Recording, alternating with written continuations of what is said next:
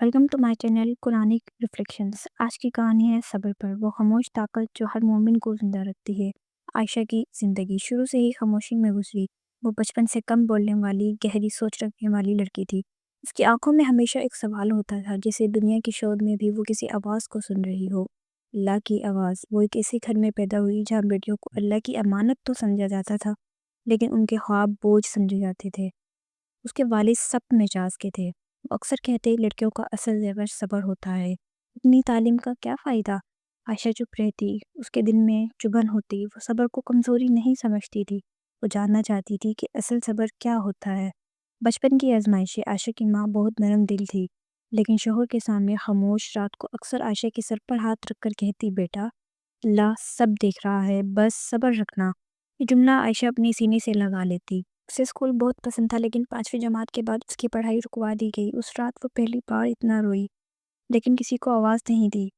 उसने जानिमाज़ बिछाया और दिल से दुआ की, या अल्लाह, अगर तूने मुझे यहाँ तक रोका है तो किसी और का रास्ते को ज़रूर नवाजेगा।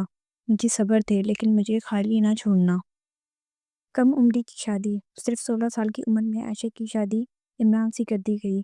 इमरान बहुत बुरा था, ना बहुत अच्छा था, लेकिन वक्त के साथ उसका गुस्सा, उसकी अना और उसकी बेहसी सामने आती गई। ससुराल में हर बात पर तनकीद, ये काम गलत है, लड़कियां ऐसे बात नहीं करती, और मर्जी औरत को ज़्यादा सूट करती है। आयशा ने खामोशी का लिबास पहन लिया, लेकिन अल्लाह को दिल में बसा लिया। वो अक्सर सोचती, या अल्लाह, अगर ये मेरी किस्मत है तो मुझे तो इतना स्ट्रॉन्ग बना दे कि मैं टूट ना जाऊं। सब्र और आंसू। दिल काम में, रात दुआओं में गुजरने लगी। इमरान तारीफ कभी नहीं करता था, लेकिन छोटी सी गलती पर दिल तोड़ देता था। कई बार आयशा थक जाती, लेकिन फिर एक आयत याद आती, फ़इन्न माल युस्रि उसरा। हर मुश्किल के साथ आसानी है। वो आंसू पूछ कर फिर खड़ी हो जाती। माँ बनना और सबसे बड़ा इम्तिहान।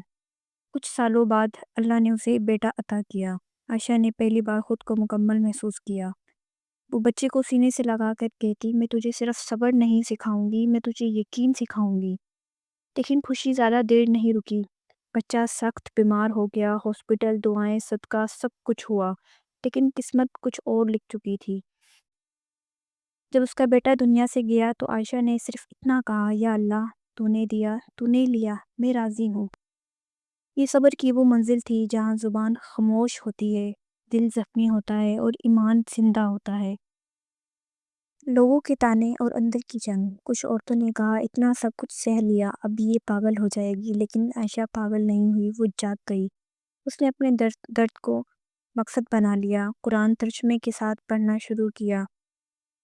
मोहल्ले की औरतों को जमा किया और कहती, सब्र का मतलब ये नहीं कि तुम टूट जाओ, सब्र का मतलब ये है कि तुम अल्लाह से जुड़ जाओ।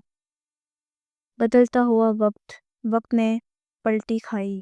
इमरान ने आयशा में एक अजीब सी ताकत देखी। वो औरत जो कभी कमज़ोरी समझती थी, अब घर को स्ट्रॉन्ग पिलर बन गई।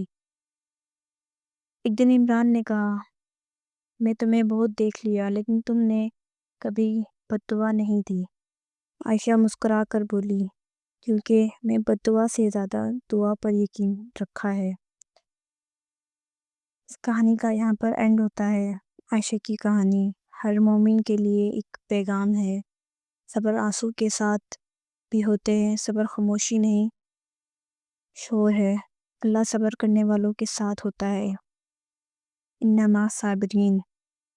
अगर आपको ये वीडियो पसंद आई और आपको दिल को सुकून मिला हो, तो इस चैनल कुरानिक रिफ्लेक्शन को ज़रूर सब्सक्राइब करें।